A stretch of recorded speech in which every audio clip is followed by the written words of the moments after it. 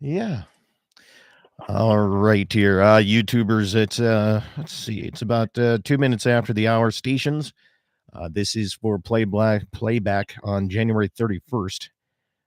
So a little pre-show here for because I am not going to be around this Saturday to be able to do it. So we're going early.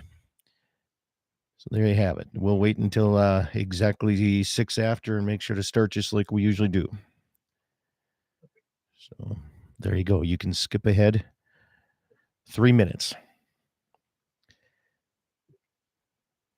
Yeah. Yeah, so yeah, get everything there it is. Got everything wrapped up last night. Cool. Saw Jim Sabby in Scranton. I had to stop and take a pee. Oh, yeah. So sat and talked to him for a little bit.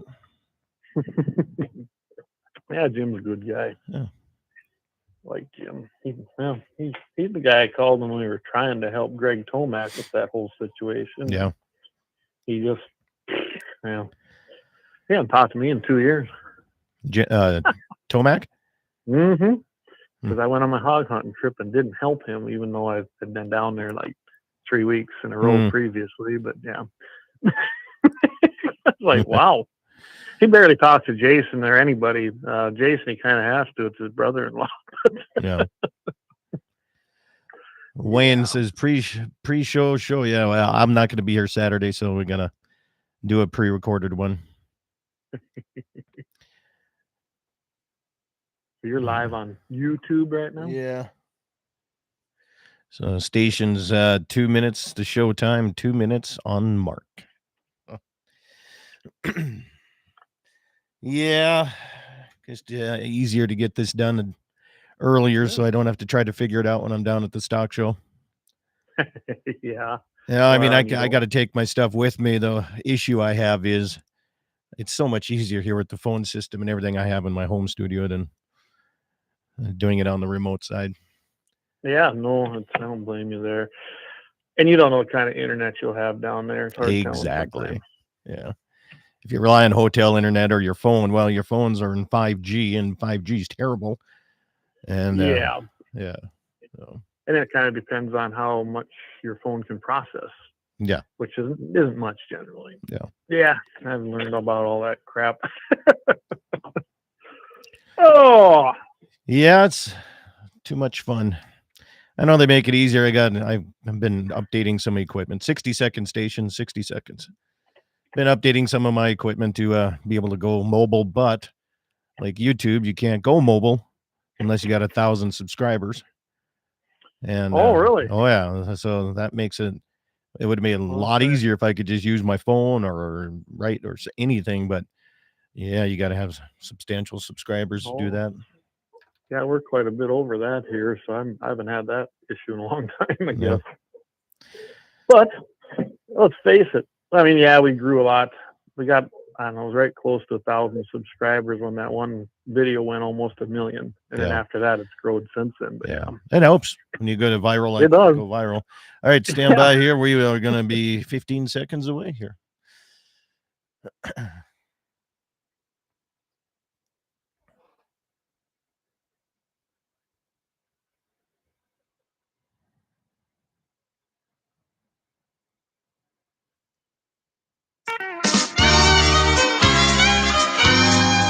Good morning, everybody. Welcome to the Saturday morning show here. A little bit pre-recorded, so if you're looking at calling in here today, you're not going to be able to get in or probably text too much because I am enjoying the Black Hills Stock Show this weekend. So it's a pre-recorded show here with Clay Peterson is going to be my guest here today. And last week here, first big thanks to all the radio stations that carry the program all the way from Pierre to Mobridge to Bismarck to Minot and Dickinson. Thank you guys for being with me all the way through that. A couple things before we get going here, Clay. The 21 Angus Ranch having their big sale today, and it's the final one for the online DV auction sale for Schriefer Red Angus. So make sure to get in there and bid on some bulls. So Clay Peterson, good morning. How you been? Good. How you doing? You know, I am just enjoying it here. I've never been to the opening weekend of Stock Show. I've always gone the last weekend. And so this is it's going to be brand new for me.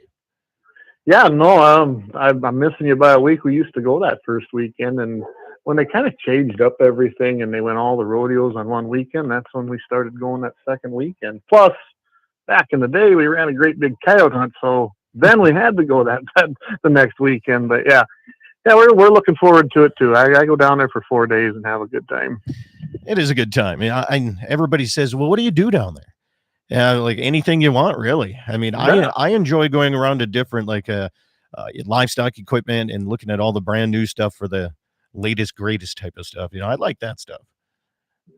yeah, the new equipment's great. I miss the days when they used to have a great big area of equipment outside, but it's kind of shrunk since then. I don't know what the reasoning is. I suppose just not maybe there's not enough dealers anymore. I don't Well, know, but it's just hard to get some of that big equipment in, especially wintertime. Sometimes it's not always that easy to bring in all that equipment either. no, it's not. And then when they added the ice arena, and No, that's that's right. when they did that. That's been great too. And Yeah. I know you see a lot more. I can tell you this: the new equipment, I'm really not interested in. All the electronics and that just look like a headache. The exciting thing for me is my custom cowboy hat is finished and I get to pick it up finally. Ah, Brad. I always Brad, thought, but yeah. he's in the ice hockey Yes, rink. yeah, So yeah. star of the West there. So if you get down there, if you see Brad or stop by his booth, make sure to tell him you heard it right here on Dakota Prairie Outdoors. But hey, Clay, I wanted, last weekend, and I had Riley on the program. We were discussing that pilot program that I think it's Farm Credits helping roll out a little bit. And funding, I think, is supposed to be coming from the Outdoor Heritage Fund. And I didn't realize you sit as a board member on the I do Outdoor now. Heritage. Yeah. So how long you been doing that? This was very briefly. I got appointed. I'd have to look at the proclamation, but I think it was signed. Let me take a quick look. October 13th. So since October 13th, I've Okay. been on there, and I'm basically the guy that holds North Dakota Farm Bureau seat. So Okay. it's kind of like how everybody that asked me about it. I said, yes, I sit on it, and I do have, of course, opinions and ideas, but that is their seat. So I try to follow our policy handbook as to what we will support and what we won't, which Sure. sometimes is in conflict to what I really believe. But you're representing an organization, so that's what you have to do sometimes. Correct. Yeah. And it's no different. I've stepped up on a few different state boards as well, and you can't always go with your feeling. You got to go with what's better for the group, I guess you could say. Well, First, we have a big policy book. It's yeah. set by our delegates every year that we have our state convention. And yeah, I mean, I'm going to follow that book. That's just the way it's going to be. Yeah. I don't know. South Dakota has a like program like the Outdoor Heritage Fund. I'm not sure if they do or not. I think each state has kind of something. But tell us what it is. What is in the state of North Dakota? What is the Outdoor Heritage Fund? Well, the Outdoor Heritage Fund essentially is the dollars that are coming in from energy production. There's a certain percentage that comes out of that, and I didn't go look up what the actual percentages are of it, but that's essentially where the money comes from. It drops in there anywhere from estimates about $1 million to $1.5 million a month roll into that, and then we meet. The advisory board does. We meet. Looks like twice a year. We had a meeting in December. I do wish we'd have had the grant applications a little quicker. It's not like when you and I were doing stuff for state NRA stuff. Yeah. I actually had everything out a lot quicker than what I got these. It was a lot of information to process in a very, very short period of time. And there were looked like about 18 applicants this year in this round, and it's anything from forest improvement protection programs and year-round ice fishing cleaning stations or fishing cleaning stations. I mean, a lot of this stuff, walking trails, things I don't agree with, and neither does Farm Bureau in some of this, but some of it did. And yeah, I guess in a nutshell, that's what this is. It's a program that's supposed to enhance conservation, and in my personal opinion, they have stretched that word conservation. Yeah. You can make conservation anything nowadays, I think, if you try hard enough, right? Yeah, exactly. Yeah. So, and how much money? I mean, this has been going on for a long time here because oil-rich state, right? And Right. it's been going on a long time. And there must be, I was looking through some of the grants and proposals here, and there must be a lot of money in this program because some of these aren't cheap programs or applicants, I should say. Yeah, I was surprised how much money was actually in these. I mean, like I said, I'll be honest, I had no clue that what this really was until all of a sudden I get a call and say, "Hey, we're going to nominate you." Yeah. So, we did about, what was it, $7 or $8 million in this first round. There was way more than that in requests. I think there was somewhere in that $18 million, maybe 17 million. I'd have to go look at those figures, but that were, when we used to do it, we always had way more requests than what we were going to grant. And we actually deficit spent as far as I'm concerned. Yes, it's refilling ever since that date in December, but I don't like that idea of spending more than what's actually in the kitty. Never Right. have. I don't run my own operations that way or anything I've ever been involved with. Oh, come on. Federal government does that all the time. Yeah, look where they're at. About 37, 38 trillion in debt or something like that. But yeah, so I don't like doing that. But yeah, some of these are big. I mean, we're not talking 5,000-6,000. We're talking $1 million, Right. 2 Well, million, we're 4 gonna, million. yeah, when we get into that here, we're going to go through some of them that were approved and ask you a little bit more because a lot of folks don't realize that this money may be available for some of their organizations. Like I seen one of them for the Grazing Association in Medora, and I was looking and going, holy cow, do the other grazing associations know about this? Because we have a lot of water projects and we try to get some CP money here and there, but it doesn't always work. Weed spraying on federal Forest Service property. And so there might be more and more, especially after this radio program gets out here. Maybe they'll tap into that a little bit more here. But anyway, Clay, we're up against our first break here. So grab yourself a cup of coffee, do what you need to do here. We'll be back.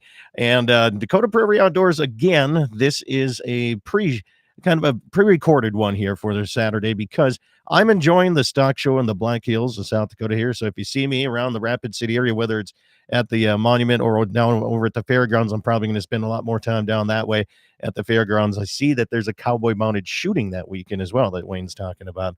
Anyway, we'll have more coming up your way. If you have questions, comments, you can text them to my phone only at 701-425-6651. We'll be back right after these messages.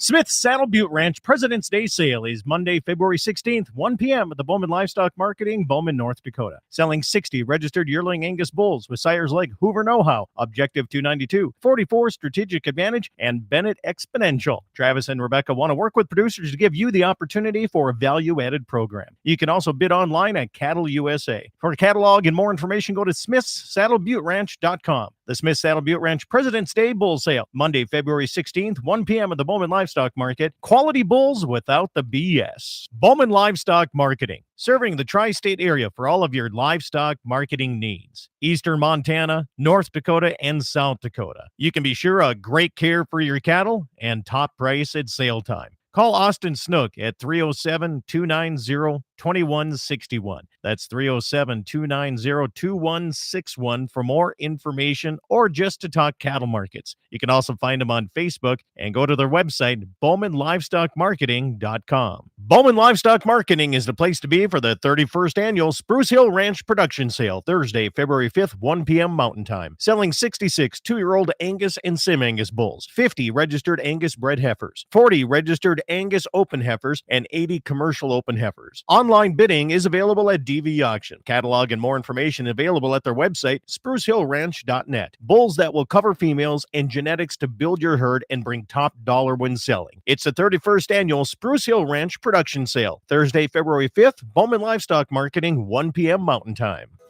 I'm Dale Falke with Dakota Community Bank and Trust, your trusted partner in ag lending. With our deep understanding and appreciation for the Western way of life, we proudly accept, respect, and promote the values that define our community. Whether you're a farmer, rancher, or business owner, we are here to support your financial needs and help you thrive. Choose Dakota Community Bank and Trust for all your banking needs.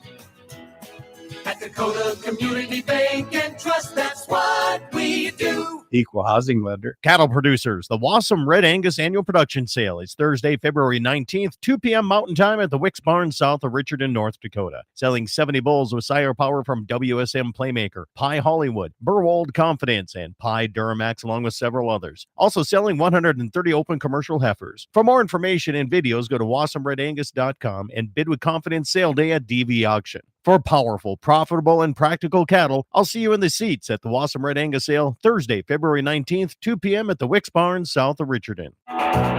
Join Piper's Auctioneers as we bring in the new year with dozens of land and equipment auctions across the upper Midwest, including complete farm and retirement auctions in Devils Lake and Rugby, North Dakota, featuring late model equipment and over 9,000 bales of hay. Piper's is offering over 2,000 acres of cropland in Benson, Grand Forks, Cass, Lemoore, and Wells counties, all in the month of January. For more information, details, and online bidding on dozens of land and equipment auctions throughout the region, log on to pipers.com. Everybody's bull sale ads sound the same, but our cattle aren't. These are cattle that thrive on grass and work for a living. I'm Kelly Spring with the Grit and Grace Angus Joint Production Sale. Our cows earn their keep. Good feet, good udders, good disposition, and the ability to raise an exceptional calf. No excuse culling. If she doesn't meet the standard, she's gone. We're offering 42 Angus bulls and 75 commercial heifers. Sires represented are OCC Big Time, Musgrave Colossal, Coleman Stockpile, and more. Genetics selected for functionality, longevity, and efficiency. Mark your calendars, February 20th. Sale time 1 p.m. at Bowman Livestock Marketing in Bowman, North Dakota. See you there. This portion of the program is brought to you by Freedom Repair. Whether it's your tractor, baler, your cutter, your combine, or air seeder, Freedom Repair comes to you and helps you get fixed up and back in the field. 19 plus years experience. Give Lucas Kelly a call at 701-440-1945. That's 701-440-1945. Freedom Repair, veteran owned and operated. MoPro Guide Service, the best on Lake Oahe. Brent and his staff will give you the most enjoyable fishing experience, always having the latest in electronics, gear, and the most comfortable Lund boat on the water. Fish with somebody who lives in Mobridge, South Dakota, the heart of Lake Oahe. If you need a place to stay, the Morest Motel has newly updated rooms with free internet, a family-owned and operated business. Go to OaheWalleyes.com. That's OAHE Walleyes.com for the best fishing experience Lake Oahe has to offer. On that road, but don't you worry, one day I'll settle down. And when that time comes, I hope you're still around. I hope you're still around. Welcome back, everybody. Dakota Prairie Outdoors continues here on a Saturday down at the stock show, anyways, where I'm headed. So it's a pre-run on the show here. Clay Peterson, who sits on the Outdoor Heritage Fund board and gets to choose where to spend money. That's always nice to spend. Is it our money or somebody else's money? How does that well? It's always fun to spend somebody else's money, right? They call it other people's money, but we should spend it like it's ours. Exactly. Treat it like it's ours. At least I do. So I was looking through some of these here for the grant rounds here. It says grant round 27, and some of the things that you guys approved for, and we're going to call it conservation programs, I guess you could say, is this one here. What is that? The Private Forest Improvement and Protection Program. That's going to be up in the Turtle Mountain area. Planting for the Future. That's to plant 200,000 trees across private lands. And different. And I will tell you that one I liked. I actually called this gentleman before we had the meeting, and there's no government involvement. These guys truly, the guy running this, they truly just want to get trees out there. The only commitment they want from an actual landowner is to take care of them at least for 2 years. Well, that's to me, that's very reasonable. Yeah. And they require nothing else from the landowner. So, I mean, to me, this is a no-brainer if someone's looking to plant trees, honestly. How, do you just get in touch with the Petroleum Foundation, or how does that work? Oh my God! Or does it go through the NRCS side of things too? Or no, it sounded like when I visited with and his name's Eric Delzer. He's the grant administrator. He got an actual office in Bismarck, and I've got his phone number. So I guess the easiest way is if you guys are interested now, call me and I'll get you that information, or go to that North Dakota Outdoor Heritage Fund site and click on that grant. Okay. It's right there. Yeah. And then he's a really nice guy. He truly is. So, and there's a lot of, like, at my ranch here too, the tree belt was I don't know, planted 100 years ago, and Yeah. it's getting tired. They don't last They forever. do. So They don't it's last forever. Especially a lot of them had the old Chinese elm in them. oh yeah, we got plenty of those. That and Russian olive, which is now noxious weed or whatever they call it. So Yeah. Well, like the planning for the future one really impressed me too. When I went through this grant, I noticed they are doing more than generally what you can do through an NRCS or the FSA, because they're doing it cheaper and more efficient and putting more trees out there for less money. I was like, this is my guy. yeah. So to me, I don't see where this one to me was a no-brainer, and I did vote for it. Okay. An accessible kayak launch at one of the parks here around Jamestown. And the thing about outdoors is there's so many different variations. And, I'm learning that too, with all the Forest Service property out here. How many people just like to go out and watch birds, and like bird watchers? That's a huge thing. Yeah. And, just because I don't do it doesn't mean that it's probably not needed or anything. But no, well, and this one here, I did vote no. And when I was questioning the reason for the need, because I said, if I understand, there's one not too far from there, which I was right. Okay. And I go, okay. And I said, is it handicap accessible? Well, so in a nutshell, after I did some more, I was right to vote no. I actually happened to go up into that area here, earlier, and it looks pretty handicap accessible to me compared to any other ones I've seen. I'm about positive it meets it. The biggest complaint is that people didn't want to go all the way down there. It isn't that far. And I'm sitting there going, man, that's definitely first world problems, because we travel way farther out here for access to things. So, and I brought that up. I go, I know it's not a lot of money, but I said, is it really something we want to fund? Well, me and 3 or 4 others voted no, and then it passed anyway. But that's fine. I just didn't think it was something that was actually necessary myself. So, Yeah. And I know that doesn't go with the spirit of spending other people's money. Well, the next one is the Dakota Prairie Management Toolbox. And this is the sponsor was the Audubon Great Plains, and I'm not familiar with that. I hope it's not like the Audubon Society, is it? I couldn't truly tell. Okay. I think they do work in cooperation with them, but I really couldn't tell you positively that that's the truth. Okay. Well, this one is had taken invasive woody vegetation removal on about Right. 1,500 acres and grazing and infrastructure on 9,000 acres. So, what does that mean? They're Well, taking they away say it trees, was- or what's Yes, woody that's- vegetation? That's kind of what it is. The complaint was that it was overgrown and it was causing problems for wildlife. And I mean, they had all these things. And the funny thing is I seen North Dakota Wildlife Federation associated with it, which is always going to be a no to me for me. I'm not a fan of them, and they know it. I've seen the things that they did. They're usually teamed up with the Wildlife Federation, a national organization, who they really don't like ranching, hunting, or anything. So to me, that's not a good partner to have. And those guys are dropping in $100 and some $1,000. Big portion of money there that they were going to be giving as match cash. So, Well, yeah, the funded amount here is over $1 million. So that's a the fund. This was in that 25% match. That's Oh, where I they were see, getting I it see. from. Yeah. This one's over $1 million, and they're saying that it's invasive vegetation. And I did listen to what they were saying, and I guess you could say it maybe is, but if you've ever been up in that area, well, that's kind of what it is, right? Yeah, some areas And- are woody vegetation. Yeah. I will say this, the way they presented it, it could probably make the grassland better in that area for grazing if they actually do it. Okay. Well, that's a But that's I a was plus, I guess. It is. I was on the fence, and I just kind of, I was kind of going through our policy book on what we believe as Farm Bureau, and this one here did not really, to me, meet what we actually advocate for. Okay. So, How about the next one, the cross country trails up in the Minot? yeah. Because they're looking at I a believe- new trail system located on the former landfill and established 3,200 meters of dedicated cross country trails. Yeah, and, it's little just a outdoor big recreation trail. use. Yeah.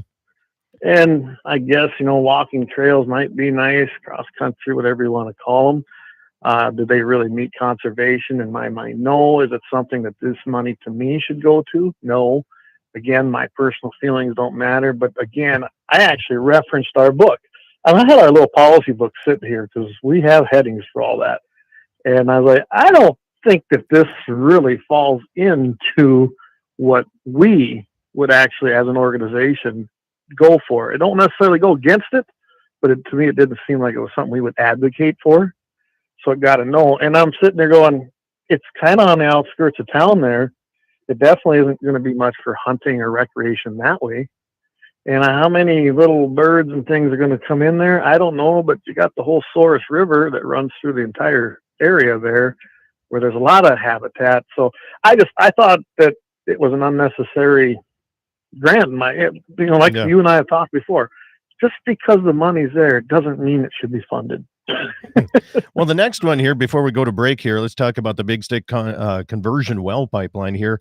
This is by the Medora Grazing Association to bring a lot of water and pipeline and tanks to a lot of areas in the in that grazing district, and I feel that's a good one.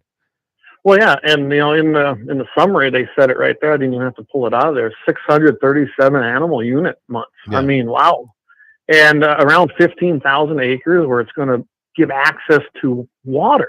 And water is important to me. Yes, it's a great thing for livestock, but it's also myself. I've got pipelines running through this place. You know how many times I see deer, antelope, birds? Absolutely, you bet. They're all going to them tanks and benefiting from that fresh water, especially in dry years. This year you didn't see it as much because everything had water in it around here. But I'm telling you, to me, this was a no-brainer. Plus, they were converting an old well into an actual fresh water well, and $300,000 on a $400,000 project. I thought that, and in this grant application process, that was a cheap project. yeah, no doubt. But what a great way of spending Outdoor Heritage Fund dollars is put it into the actual property and the land. And, and not only, like you said, people benefit, but the wildlife are going to benefit from that substantially. Grazing, livestock, wildlife. If you want to get down to it, your trail hikers and your people who like to go through there, they're going to probably see more as well. And I thought that was the actual step, yeah. Well, we're up against our half-hour break here, Clay. We'll come back. There's a couple more we need to talk about and try to get some more clarification on a few things here. We'll be back. More Dakota Prairie Outdoors Saturday edition coming your way right after these messages.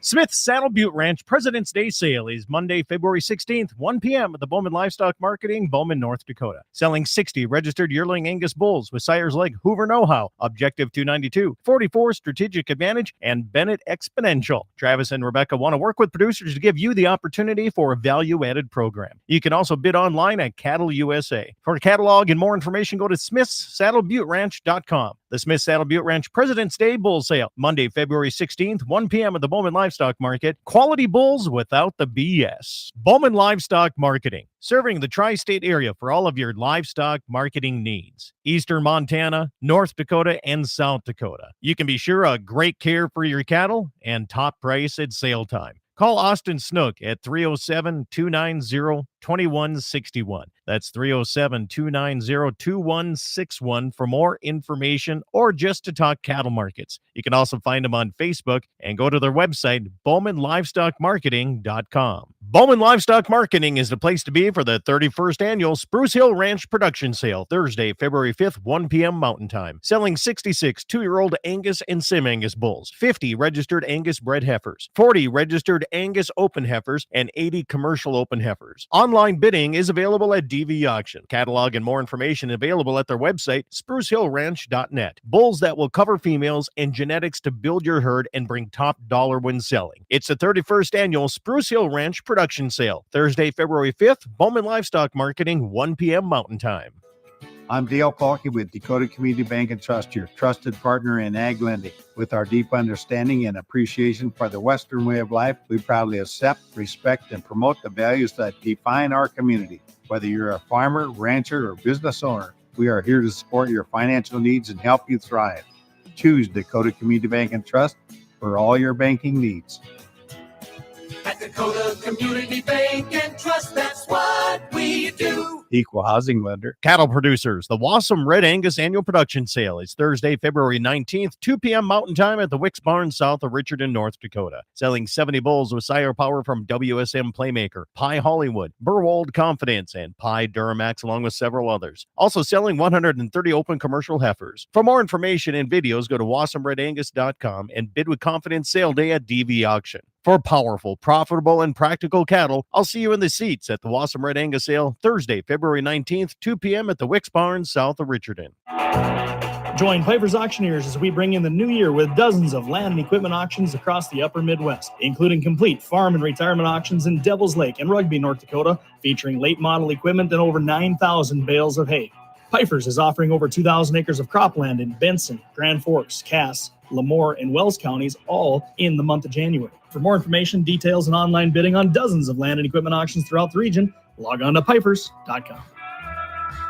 Everybody's bull sale ads sound the same, but our cattle aren't. These are cattle that thrive on grass and work for a living. I'm Kelly Spring with the Grit and Grace Angus Joint Production Sale. Our cows earn their keep. Good feet, good udders, good disposition, and the ability to raise an exceptional calf. No excuse culling. If she doesn't meet the standard, she's gone. We're offering 42 Angus bulls and 75 commercial heifers. Sires represented are OCC Big Time, Musgrave Colossal, Coleman Stockpile, and more. Genetics selected for functionality, longevity, and efficiency. Mark your calendars, February 20th. Sale time 1 p.m. at Bowman Livestock Marketing in Bowman, North Dakota. See you there. This portion of the program is brought to you by Freedom Repair. Whether it's your tractor, baler, your cutter, your combine, or air seeder, Freedom Repair comes to you and helps you get fixed up and back in the field. 19 plus years experience. Give Lucas Kelly a call at 701-440-1945. That's 701-440-1945. Freedom Repair, veteran owned and operated. MoPro Guide Service, the best on Lake Oahe. Brent and his staff will give you the most enjoyable fishing experience, always having the latest in electronics, gear, and the most comfortable Lund boat on the water. Fish with somebody who lives in Mobridge, South Dakota, the heart of Lake Oahe. If you need a place to stay, the Morest Motel has newly updated rooms with free internet, a family-owned and operated business. Go to OaheWalleyes.com. That's OAHE Walleyes.com for the best fishing experience Lake Oahe has to offer. On that road, but don't you worry, one day I'll settle down. And when that time comes, I hope you're still around. I hope you're still around. Welcome back, everybody. It is Dakota Prairie Outdoors on a Saturday edition. Good to have you along here today. And don't forget, it is the 21 Angus Ranch. Their sale is today. Schrieffer Red Angus sale is on DV Auction, and that's wrapping up here today as well.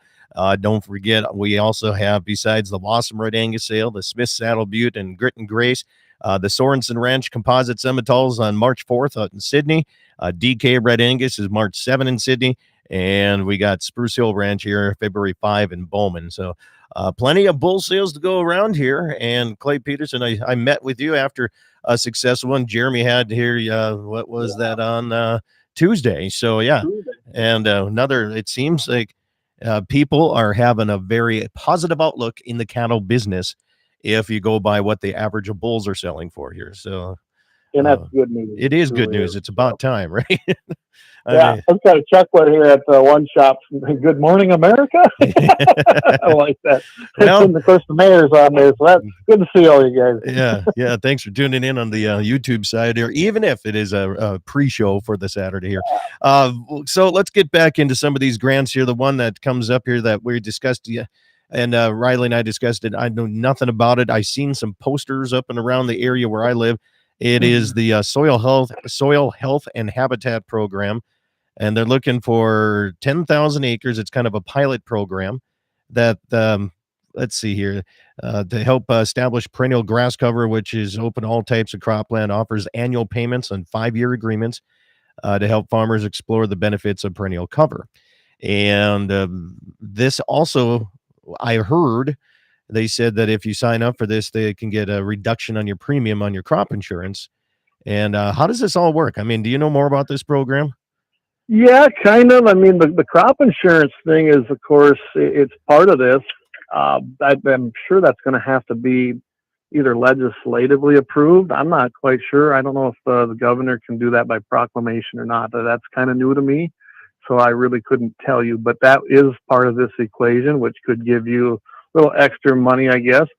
Then they're trying to push voluntary public access through the PLOTS program. Well, that's fine and dandy, but as I've discussed this with many people, including yourself, so many of us won't do it because we're not going to give just free access. I shouldn't say free, unregulated access to our private land and treat it as public. It's never going to happen for me.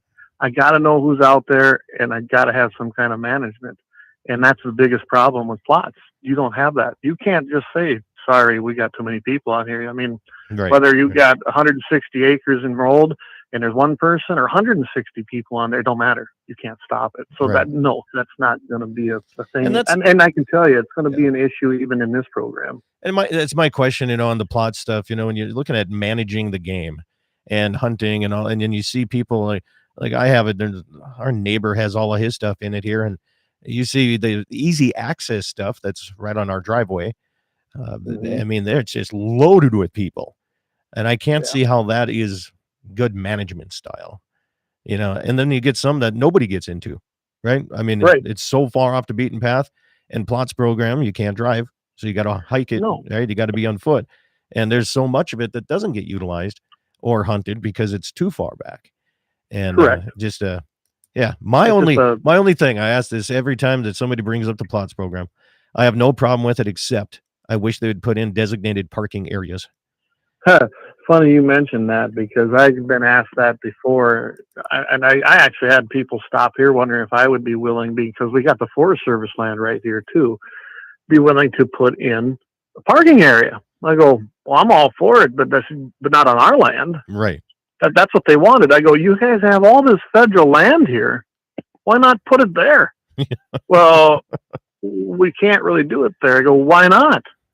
Well, they had all these reasons for conservation and wildlife protection. I go, oh, baloney. I said, why is it always the private landowner you want to give more?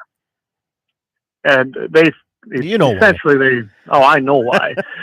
They just walked away. It's never going to happen, boys. I said, I will never allow you. And I said, how big are we talking? I mean, come on. I said, I can tell you during opening deer season, I said, you can see sometimes 5 to 10 vehicles right around these two quarters. And it's the truth. Yeah. I said, I think it's a good idea, but I said, why wouldn't you just open up a place right here? I said, and do it. I said, that's kind of where my cattle congregate in the summer around the water tank. So it's already kind of trampled down, got gravel there. To me, wouldn't that be the place? Yeah. Yeah. So you're right. That's part of the problem here. I did look at this and I kind of figured it out when we were doing it. Just in that money alone, you're looking at, $450 an acre for 10,000 acres. To me, 4.2, 4.3 million was kind of a large investment for that. That's a big one. Yeah. And the drawdown was estimated from 2026. They're going to be, 20% off of the outdoor heritage funds. Then 25%, then it starts dropping 15, and then 10 on that 2031 is what the estimate was on the drawdown of them funds. So, I mean, here's how I had it explained when I was visiting with the governor on it. He said, well, he's looking at all these places that either get farmed or don't get farmed. They're just sitting there and they're just kind of going to waste. Why not have it so we can conserve them and keep them for habitat? Rather than have a guy that really, and I think it was more geared towards what you see East River, where you see these little marshy areas and they go burn them down and plant them anyway, and then nothing grows much. It's a good concept, but again, I didn't like the idea of the price tag. I really didn't. Yeah. And I didn't like the idea. Access thing too. Yeah. Yep, absolutely. Yeah. So that was a concern of mine. When it took place, I knew it was going to pass, and somebody did make a motion to do about half of it as a trial run. Let's, if it's a true pilot program, let's just see what this does. And it went down. There was only like 4 of us that voted for that.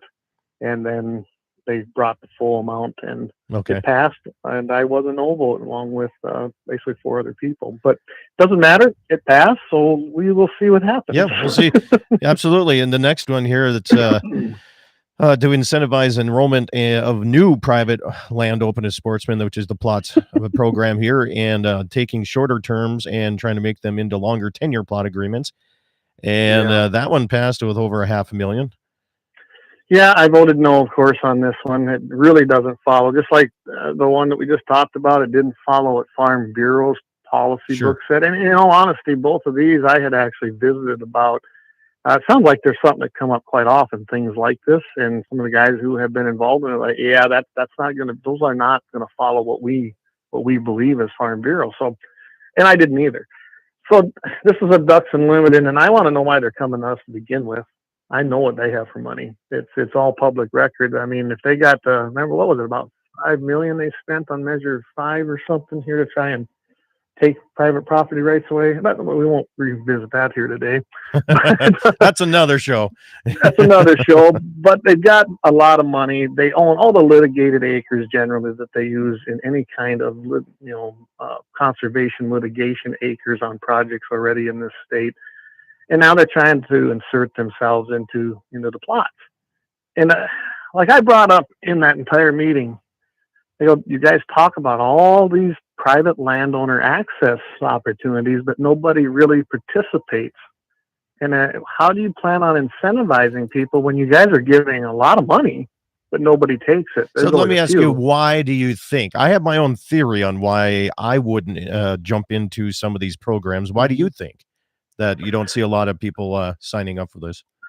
Well, there's several reasons, but I think the biggest reason is the unmanaged access. Yep. I believe that's probably the number one thing. I don't care what kind of money they offer me. It's not happening unless I can control who's on that land. It's just that simple. Montana has the block system. Is it perfect? No. Does it work better than plots? Yes. Mm-hmm. Because people have to sign up and kind of give. Well, it gives you an idea who's in there and how many people are in there too. I mean, if you drive 5 hours to get to your hunting spot and you see there's 20 people signed in, and it's like, well, that's kind of a waste, right? Well, I mean, and a good example. So, people drive around, you see it all the time, and some of them stop and ask. There's a ton of grouse out here, right? Honestly, the guy came out with grouse hunting, and he stopped, and I asked him what he was hunting. He said grouse. He was training some dogs that, he wasn't a dog trainer, but he had his new dogs out there. So he wanted to get them on some grouse. I said, yeah. I said, I even showed him where to go. Yeah, absolutely. There are that many grouse around here. But now, if you were going to be out here hunting deer this year, no, because I already had people coming and I knew what we could take off. Although I will say I very much underestimated my population of deer after all the corn was cut. I think which is good though. I mean, it's because we don't have any deer out in this country. It's pretty low rate compared to what it used to be. And we took 10 deer out of here this year, and nice bucks, and we didn't hurt nothing here.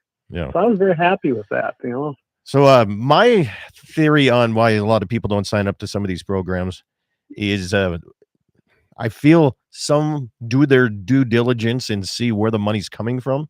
And sometimes I don't agree where the funding comes from because, World Wildlife Fund or the Audubon Society or things that are known not to be very agricultural and hunter friendly. And then they want to give money for a program for private land. It just seems a little sketchy. That's what I always worry about too. Yeah, I think that's probably right up there. It might not be number one, or maybe they switch spots, but when you see those kind of, and for me, one of my big, and I'll say it flat out, and I don't care for Mule Deer Foundation because of the things they support, or Ducks Unlimited. Plus, when you go to the legislature, they're always fighting against private property rights. Always. They're always on the wrong side. And I don't like how they work that closely against us. Now, some groups are good, but you're right. I think sometimes when they see some of the partners in these, so scary. I'm not going to be. I'm not going to be a part of that, and that's just the way that is. I had one neighbor say, "Well, why don't you just take those guys' money?" Right? There's more to it than that. There's always something that you got to watch out for. Right? You know, like my government teacher said, no matter what, there's no such thing as free money from anybody or anywhere, and there's always strings attached, and it's no different with this stuff. Absolutely. So a few comments here. The going back to talk about federal land and putting a parking lot in, the mayor says there would have to be about 15 impact studies and how it'll affect the breeding habits of the western shortgrass lizard. And yeah, which I do agree, because holy cow, if you want to put a water line in on federal, the NEPA studies is just forever. And then Jesse, or if you walk 3 miles in on private land, people that you told not to go there, and then they're driving around in that private land on their side by side. So which happened to me too. And yeah, so Yeah, no, absolutely. And yeah, you're right. That's probably true. That's why they're asking to put something like a parking area on private land, because they'll have to go through all the studies. Absolutely. Yeah. I mean, we were going through that and finishing out some fiber optic and going through some Forest Service, and wow, does that take a long time to get things approved? I think it's funny that government officials come and ask you, landowners, to build on yours because they don't want to go through their own bureaucracy that they have to initiate on their own land. I mean, that's where we're at now. It is. Yeah, it definitely is. Yeah. And if they find like even one arrowhead, I mean, the project is done. It is completely done. Yep. Oh, especially if you're taking government money. Private, not so much. Yeah. Well, let's talk a little bit about how did your hunting season go? Your kids are old enough to do a lot of hunting, and so how deer season good, antelope season? How did it all work out for you? Well, as you know, we didn't really get a lot of antelope tags here, and I'll be honest, both the boys had one, but then that's when Leighton got real sick. So my hunting season got delayed while we were trying to work through what was going on with my youngest son. Okay, and that was a 3-month ordeal, and I can tell you, I was so happy when deer season come because he was feeling a little better. I could take my mind off it and actually go out with the friends that were coming here, and it was something I needed. And we had a successful. I didn't get my deer. I saw the one I wanted, and I was like, I'm not letting go of this. And he's still here. I just saw him yesterday. So they still have their racks on. I thought most of the whiteys lost their racks. So I got all mule deer here now, Scott. Oh, you got all muleys. Since my whitetails died out, I got a handful of whitetails I've seen back this year. Even saw a nice buck, but I left him. I could have got him easy, but I want my whitetails to come back too. So I've got mule deer, and that's something new to me on this place because we had a handful, but that's all we have now. And we had very, very good successful hunts this year. I mean, we took out 3 really nice bucks. There was a couple smaller ones that needed to go. And then the rest were does and doe tags from a buddy of mine. And one was, his son's. So it was great. We got to get out there and have some fun and just be out there. Plus the weather, my goodness, this year for deer season, couldn't ask for more. Antelope season, there were some antelope hunters, and I feel sorry, honestly, for the antelope hunters that put in for this unit, which is 6A. They went from like 80 to 180 tags. They almost doubled them. And then, of course, that 50% threshold came in. I think it was all by design. And all of us, including myself, that got put into the landowner lottery. Then I didn't draw. I wasn't the only one. And this area was shut down. Oh, okay. And there were I was wondering if people would do that if they didn't get drawn. Yeah. Pretty much you couldn't hunt around here. Not antelope. And we all said, no. If we can't hunt, you're not hunting. And there were a lot of frustrated hunters. And let me talk to them guys, because congratulations, Game and Fish. They took your money. They took your points. And now you start from ground zero, even though you supported that legislation. Way to go. You did it to yourselves. How do you really feel, Clay? Yeah, well, I didn't mean to send it there, Cleary. Anyway, yeah. But, I mean, that's really what happened. I mean, let's face it. Yeah. The only winners in that whole thing was not landowners and hunters. That actually made it worse. And Game and Fish got to clear the books of a lot of points. I thought it was explained differently to me for like areas that they only had, say, 15, 20 tags available for that area. And it usually all went to landowners because there were no extra tags to give out. And there was some people that said they were frustrated because they never, ever get a chance because there's not enough tags allotted in that unit to begin with. So that's one of the ways it explained to me. It was changed that way a little bit. So that's how the landowner lottery. But now you know how it feels trying to get an elk tag on your own property with that landowner lottery crazy. now. Yeah. And I mean, yeah, I get it. Buy land if you want to guarantee yourself a tag. I don't know how else to tell this to people. You don't have a right to hunt on private land. You just don't. And so many people don't understand that. Make a relationship. The people that were here hunting this place, people I've known have gotten to know me. And the one guy was a chance meeting. He stopped in and was a really friendly guy. Now him and his sons both come here. It's great. I've gotten to know him, and I went ice fishing with him this year. I mean, that's how that works. But that doesn't seem like a fair trade. They get to come out during nice weather, and you got to go sit on a frozen lake. I don't know about that. He's got a really nice ice house. Oh, okay. I see. and plus, by the way, he's an AC guy, an AC and heating guy. And it just so happened that when I found that out several years later, I bought my AC unit from him, and he come put it in, and we just had a good time visiting. So yeah, I made a really good friend through it, which is that's how that should work. Absolutely. Well, that's good. A successful season, I guess. Pretty successful. Did you get any bird hunting in this year? A little bit here, not like I was supposed to go join Jamie, but Leighton was sick, and I just didn't feel like going without Leighton. He's my big hunter, and next year, like I said, we'll make it happen. Jamie's like, we'll get it next year, and I know we will. So yeah. And also coming up here later on, well, this is a Saturday show, but when we're recording this here, you got another show going on here this evening too. So I'm going to have to let you get rocking and rolling here after a little bit. But if people have questions about any of the ways that you voted, or they have Out There Heritage Fund questions and how to get in on that, and sometimes it's not always easy to find on the internet, how do they get in touch with you if they have any questions? Are you? The easiest way is to call my cell number, and I'm going to put it right on here on your comments. Okay. 605-430-9503.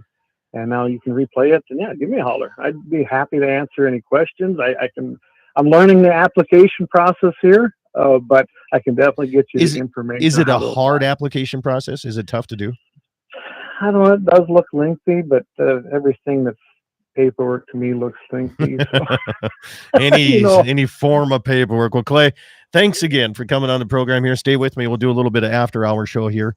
So appreciate it. You bet. Clay Peterson, if you have any questions, comments, you can go to my YouTube channel and look at the comments, and he has posted his phone number there as well. Have yourself a great weekend, everybody. If you see me at the stock show, so come on up and say hi. Let's have a beer together.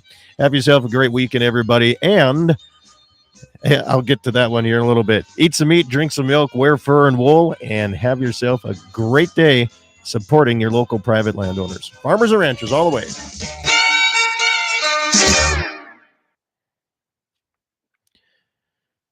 All right.